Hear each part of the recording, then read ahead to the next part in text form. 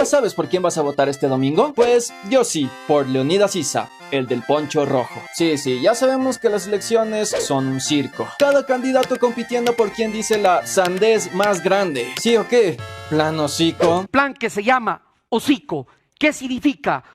Pero entre todo este show hay uno que no está jugando. Uno que llega con legitimidad, con lucha, con historia. El gran Leonidas Issa, dirigente del movimiento indígena, luchador social, marxista convencido, cristiano de la teología de la liberación, teórico crítico y por supuesto, trabajador del campo. ¡Qué perfil! Y además, no está solo. Se viene en minga con miles de personas, movimientos sociales, académicos, colectivos populares y medios militantes. Porque Issa no es un candidato más, es el luchador más relevante de nuestra época. ¿Y las propuestas? El único que se planta de frente contra la privatización.